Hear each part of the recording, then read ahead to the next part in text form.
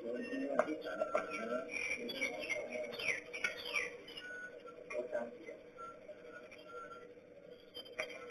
มือฝั่งด้วย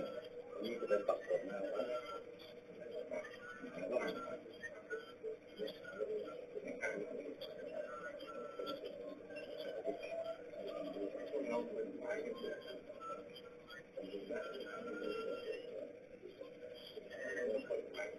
หมามันควรไม่ได้นอนเราก็ไปเดินตรงเว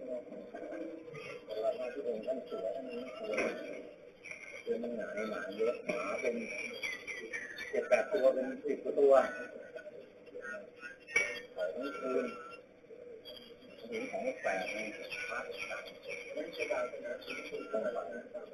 ขอให้ไปสอนเรื่องหรือว่า